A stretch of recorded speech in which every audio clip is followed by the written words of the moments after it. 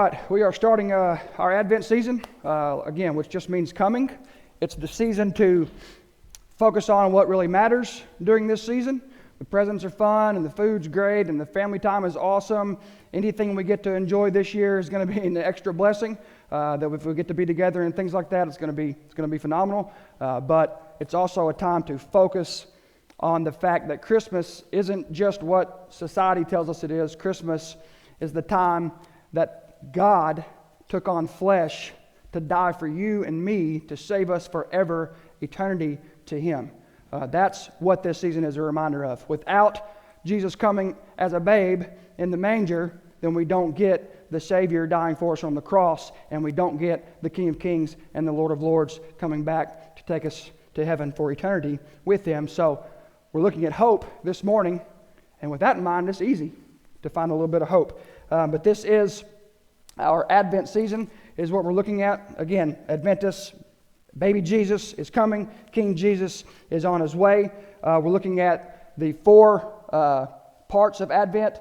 The next slide, Shell. Hope, peace, joy, and love. For the next 4 weeks, that is what we will look at. Hope this week, peace, joy, and love, and just focus on the aspects of those things as far as it goes with God, what that means, and help us to hone in on enjoying the true meaning and the true value of this Christmas season. Christmas season, there we go. And looking forward to that as we go. So again, today is hope. It makes all the difference, and we'll be looking mainly at Romans chapter 8, verses 18 through 39. I know there's a lot of scriptures, but we'll get through them fairly quickly. I'll try my best. So, I was reading a story about a little leaguer. Speaking of hope, a little leaguer. This guy walked up to the game, and the game had just started. And he got up to the dugout, and he asked one of them. He said, "Hey, how's the game going?" And he said, "Well, we're down 18-0." And he said, "Man, you must be pretty discouraged." And he said, "No, why would I be discouraged? We hadn't even got up to bat yet." And sometimes that's what we think about when we think of hope, like it's just wishing upon a star.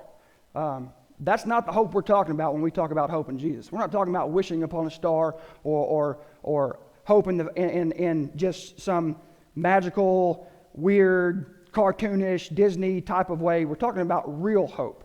It's trust, it's faith. The only difference is we haven't seen it yet. That's the difference. We're hoping something because we haven't seen it, but we're going to see it. We know we're going to see it. We hope to see it. That's what the hope is that we're looking at today.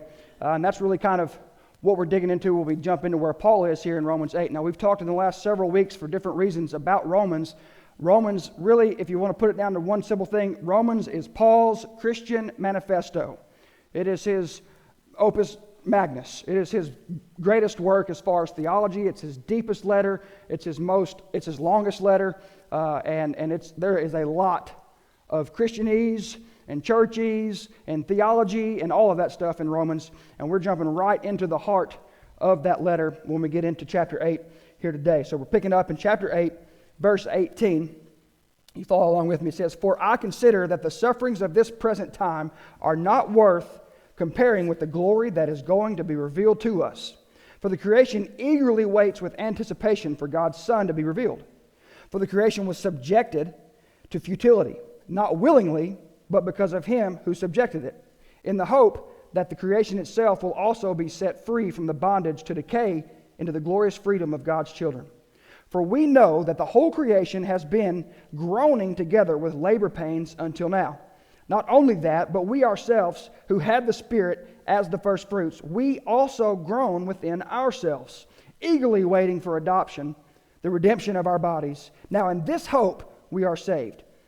But with hope that is seen is not hope, because who hopes for what he sees? Now if we hope for what we do not see, we eagerly wait for it with patience." So we're looking at this morning hope, and if you want to get the one thing that we're going to get out of today, if you want to get one thing, if you need to go to the bathroom or you're feeling sick and you got to leave, take this with you.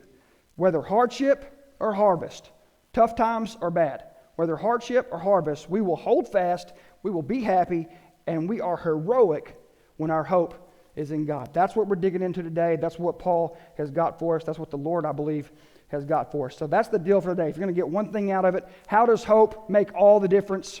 Because whether in hardship or harvest, we will hold fast, be happy, and are heroic when our hope is in God. Okay, so first, holding fast, enduring, being tough, however you want to say it. He says it there in Romans 8:22. For we know that the whole creation has been groaning together with labor pains, strange analogy, with labor pains until now.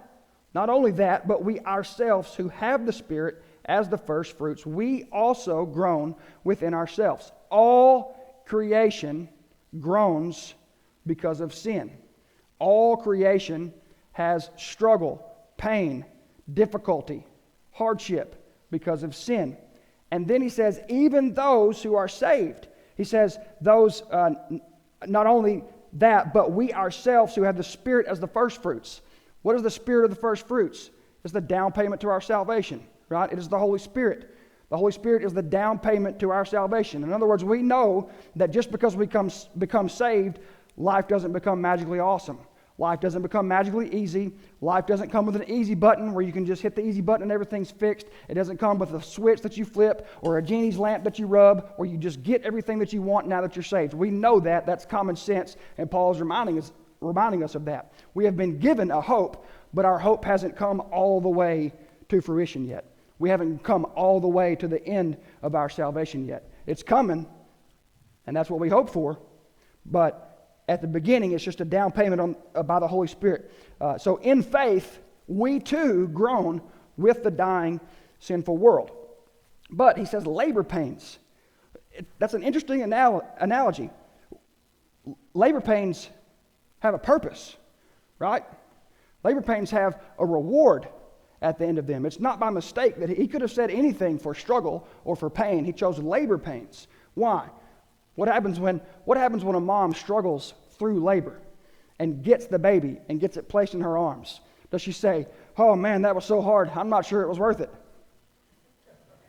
I'm not sure I've ever heard a mom say that. Maybe not. Well, not to your face anyway. Right? Nobody says that. The dads certainly don't say that. I didn't say that. I was scared to death. Man, was I scared. I was overwhelmed with emotion. I'll never forget the first time when Presley was born. Of course, I'm an idiot.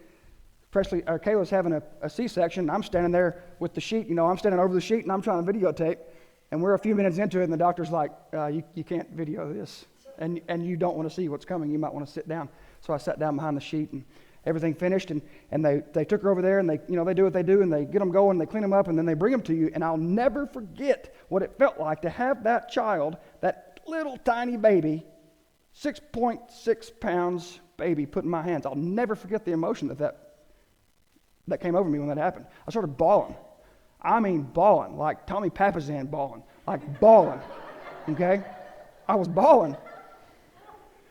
And all the fear and all the worry and all that stuff, it was gone in that instant. When the labor pains were over, it was all worth it. I had a different focus. I had a different mission. I had a different purpose. It was all different because the reward of the labor pains had come to fruition. I also knew that I had the ability to kill a human being. That's a total side note. When they put that little girl in my hands, I thought, I can kill anything that ever tries to hurt this. I knew that. That was a weird feeling, but I don't know if any other dads feel that way, but I definitely felt that way. So we groan. The world groans and doesn't know what it's groaning for. The world groans for something to come, but they're not going to get it. But we groan in labor pains, knowing that there's a reward coming, knowing that there is glory to come. Paul starts with that where we first picked up today. He starts with that, kind of foreshadowing to what he's about to talk about. If you look at Romans 8:18, where we started, he says, "For I consider that the sufferings," different way to put it, "of this present time are not worth comparing with the glory that is going to be revealed to us." The sufferings are not worth comparing with the glory that is going to be revealed to us. No matter how hard it may get in this world, when you compare it to glory, it's 10x, 100x, it's eternal x. We can't compare how difficult life is now to how great life in eternity to how great life with God in presence of the holy creator of the universe is going to be. There is no comparison. It is no comparison. Paul says it a different way when you look at 2 Corinthians 4, 8, and 9. Should be on the screen. 2 Corinthians 4, 8, and 9, Paul says, we are pressed in every way, but not crushed. We are perplexed, but not in despair. We are persecuted, but not abandoned. We are struck down, but not destroyed. And then he continues later in that chapter, verse 16. Therefore we do not lose heart. Though outwardly we are wasting away, yet inwardly we are being renewed day by day. For our light and momentary troubles are achieving for us an eternal glory that far outweighs them all. Amen. Right? Amen to that truth. That is an unbelievable truth that we hear there. That is hope. That is hope. It's like a story of this little boy that I read that was a bad burn victim. Was burned very badly, and it was in a large city, and they had this program where teachers would be sent to kids that were in hospitals for extended stay to keep them up with their schoolwork. And this little boy was not doing well. He was really on death's doorstep, to be honest. He was in a bad way, infections and things like that. And they called this teacher, normal run-of-the-mill, procedure. She has no idea what's going on with this kid. She shows up to help this young man. And she says, hey, I'm your teacher for today. I'm here to work with you on nouns and adverbs. She went through the lesson. Everything was fine. She didn't think anything of it. And she left. She said bye to the nurses as she left, and she went on about her way. The next day, the nurse called her. She thought she had done something wrong. She wasn't sure what was going on. The nurse called her, and she said, did I mess something up? I'm sorry if I did. She said, no. She said, what did you do yesterday? He's totally turned around. It's like he's got a reason to live all of a sudden. We don't understand it. It's like he's decided he's going to live. And she said, I don't know. It was just normal lesson. Nothing extraordinary. And so after talking to her, the nurse decided, well, I'll ask this young man, what's the deal? What's going on? And the young man said, well, I just realized that they wouldn't send a teacher to work on nouns and adverbs with a dying boy, would they? He was given hope. That's the power of hope. Hope is a very, very powerful thing, and the lack of hope is a very, very powerful thing. So it's hard, but our hope tells us to hold fast, to eagerly wait for what is to come. You go to Romans 8:23, the last part of 23 and 24, eagerly waiting for adoption, the redemption of our bodies. Now, in this hope, we are saved. Our hope is the redemption of our bodies. That's the resurrection. And the full adoption as children of God. That's what it says there. Eagerly waiting for adoption, full adoption, as sons and daughters of God, and the resurrection, the redemption of our heavenly bodies. To be a full child of God and to have a new body, to be brought back to life. In other words, we know that death for us is not the end. Receiving our full inheritance. I love the way Paul says it in different places. As they say, as co-heirs with Christ. I love that. I love that analogy. Co-heirs with Christ. To think of the inheritance that would come. If you were a son of a wealthy man, and the inheritance that would be given to you, you would be anticipating that. You would be thinking, man, one day this is all going to be worth it. All these chores Dad's making me do, it's going to be worth it. My son gets paid $10 a week for his chores. I think he kind of looks forward to that, but not quite as much as he would if I were giving him, more than that. I'm not going to, but if I were. So we are receiving our full inheritance as co-heirs with Christ to receive the richness and fullness of God. That's like what John talks about in Revelation 21. That's the new heaven. That's the new earth. When everything is restored to an Eden-like existence, a perfect existence in the eternal and for everlasting presence of God. We eagerly wait. We hold fast with that.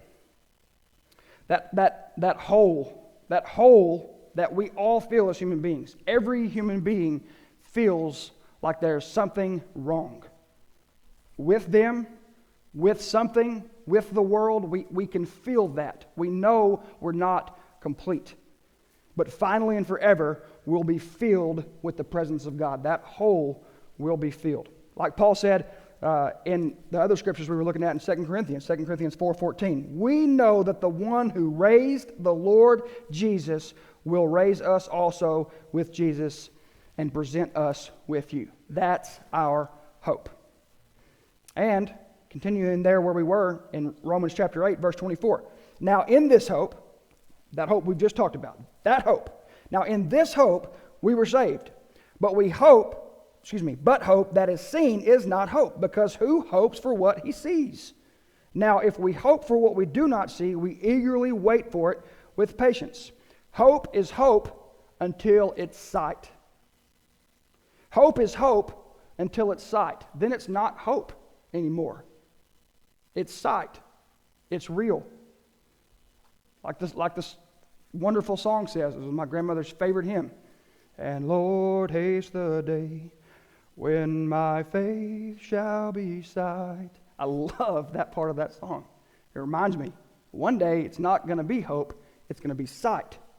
You ever thought about the difference between sight and vision? Sight's what you do with your eyes open. Vision's what you can see even with your eyes closed. We hope for the coming of Jesus. We long for the coming of Jesus. We know everything's going to be made right. But I don't see that with my eyeballs. Not yet. And we get glimpses of it. When someone gets saved and their life radically changes, when that person does something for you that they shouldn't have done, there's no reason for them to do it, you didn't deserve to get it, whatever they did, that little act of service, that little act of kindness, that little thing, we get glimpses of what that's like. But we don't have it yet. We hope for it. We long for it. We have a vision of what that's going to be. Every one of us, hopefully, has spent time thinking about heaven. And we have a vision of what that's going to look like. I don't think it's going to look like what Forrest thinks it's going to look like. I just don't. Forrest thinks it's going to be hunting and fishing all day, every day, and fried chicken and all that the whole time. I don't know. Maybe it is. I think there's going to be a little bit more God involved in heaven. I don't know. But the point is, he's got a vision. He's got a hope. He's got something he's thinking about. That's what hope is. It's a vision. But eventually, it will be made sight. It will be right in front of us. Paul continues in verse 26, where we started today, in chapter 8. Verse 26, in the same way, the Spirit also helps us in our weakness, because we do not know what to pray for as we should. But the Spirit himself intercedes for us with inexpressible groanings. And he who searches our hearts knows the mind of the Spirit, because he intercedes for the saints according to the will of God. The Spirit and Jesus help intercede in our groanings, in our pain, in our suffering, to strengthen our hope and our faith. Because, continuing in verse 28, we know that all things work together for the good of those who love God, who are called according to his purpose. One of my favorite verses in all of Scripture. For those he foreknew, he also predestined to be conformed to the image of his Son, so that he would be the firstborn among many brothers and sisters. And those he predestined, he also called. And those he called, he also justified. And those he justified, he also glorified. God has called you, justified you, and put a down payment on your glory because of him. And he works all things to the good of those who love him, according to his purpose. That is worth having hope. That truth is worth having hope. That is how we remain happy in all things. All things, the good and the hard, is in remembering and staying conscious of and keeping that hope in front of us. A couple years ago at a small group, we went through a study called Good to Great. And some of us started a practice of writing down verses on index cards and keeping those index cards with us and trying to read those every day. 3 or 4 verses, you flip through them like flashcards. And that was one of the ones that I put down, was Romans 8:28. And it is amazing how the Word of God transforms your mind and your heart when you constantly, consistently put it in front of you. It will transform you. Not necessarily your circumstances, but you, your character, and how you see the world and how you see what's going on. So, That's how you remain happy regardless. Psalms 146 verse 5 says it like this: Happy is the one whose help is the God of Jacob, whose hope is in the Lord his God. Proverbs 13:12 says, Hope deferred makes the heart sick, but a longing fulfilled, hope becoming sight, is a tree of life. A tree of life. What a magnificent way to express what the fulfilling of that hope is going to be like. Now, side note, complete, total side note. In our human relationships, according to Proverbs 13:12, don't defer hope too long. Husband to wife, wife to husband, parents to kids, kids to parents, in all of our human relationships, don't defer hope too long. Make hope sight eventually, because people will wear out. Now, the last thing we said was hero. Hero? Hero? It's a strong word. So, okay, I get it. Hold fast, be tough, endure because of this hope. I get that. Happy? All right, I can kind of hang with you on that one. I mean, it sounds good and everything. But hero? I'm supposed to be a hero because of this hope? I love the way, to paraphrase Emerson, not to quote Ralph Waldo Emerson, but to paraphrase him, he basically said that there's no difference in the bravery of those who are heroes and those who aren't. They were only brave 5 minutes longer than those who weren't. That's the only difference. Or the story, I love the story of 300. I don't recommend the movie, but I do love the story of 300.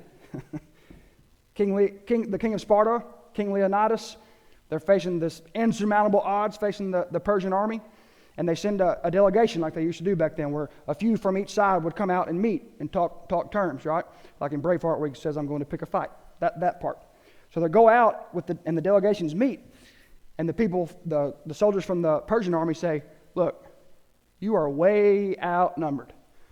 Just save yourself the trouble. Don't even think that you have any inkling of this working out. You can't even get past our archers. Matter of fact, we have so many archers, when we send our arrows in the sky, it's going to darken out the sun. And King Leonidas of Sparta says, good, then we'll be able to fight you in the shade. I love that line, and I love that truth. And when you're grounded in a truth that causes hope inside of you, it can make you a hero. How does hope allow me to be a hero? Well, Paul continues in verse 31, chapter 8. It says, what then are we to say about these things? This hope, all this stuff, this coming glory. What are we to say about these things? Well, how about this? If God is for us, who is against us? He did not even spare his own son, but gave him up for us all. How will he not also with him grant us everything? Who can bring an accusation against God's elect? Who is the one who justifies? God is for us. Who is against us? If God is fighting in our corner, then who should we ever be afraid of? What should we ever be afraid of? Whose opinion should we ever be afraid of? What thing, whatever, your status, your reputation, all the things that we hold so sacred and so dear, why are we fearful of those things? If God is with us, then who can be against us? We'll fight in the shade. That's the way I look at it. That's the way we have to look at it. You want to throw shade? You want to shoot your arrows so much that the sun goes out? You want to throw shade at the reputation? You want to throw shade at the work ethic? You want to throw shade on whatever? Well, we'll fight in the shade then. Now, I don't mean fight, fist fight. That's not what I mean. Our battle's not against flesh and blood. Paul tells us that in Romans. Our battle is against the powers and the principalities, the darkness. It's a spiritual battle. It's against evil. We are fighting against evil, and you can't fight evil with evil. You fight evil with good, but it is a fight. And not only that, he's going to grant it. Not only is he in our corner, he's going to grant us everything. Everything he's granted Jesus, he's going to grant you and me. Co-heirs. Paul goes on in verse 34. Who is the one who condemns? Christ Jesus is the one who died, but even more has been raised. He also is at the right hand of God and intercedes for us. Who can separate us from the love of Christ? Can affliction or distress or persecution or famine or nakedness or danger or sword? Verse 36, as it is written, because of you, we are being put to death all day long. We are counted as sheep to be slaughtered. No. In all these things, we are more than conquerors through him who loved us. We are more than conquerors in God's love. We are more than conquerors. What is that? How can you be more than a conqueror? We're not conquerors. We're more than conquerors. We are transformers. We transform ourselves through God's word. We transform others through God's service. We transform the world to bring heaven to earth now as much as we can. Even though it's a glimpse of what is to come, it is still better than what would be if we were not here. And I know we have something to do, or we wouldn't still be here. We have a work to do.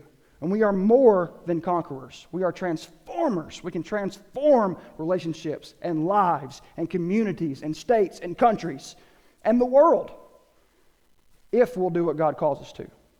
If we'll remain conscious and aware and always holding on to the hope that is in us. Who can be against us? God is for us. Nothing can take this hope away. Nothing can take this hope away.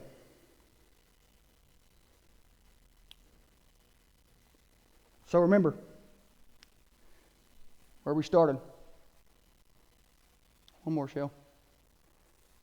Whether hardship or harvest, we will hold fast, be happy, and we're heroic when our hope is in God. I'm asking you, Dad, to be the hero that God's called you to be. I'm asking you, Mom, to be the hero that God's called you to be.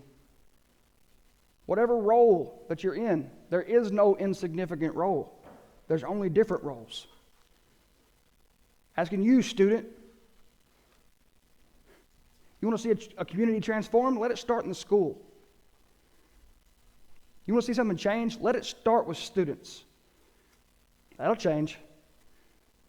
Just have the boldness to walk up to the kid that never has anybody talk to him and talk to him.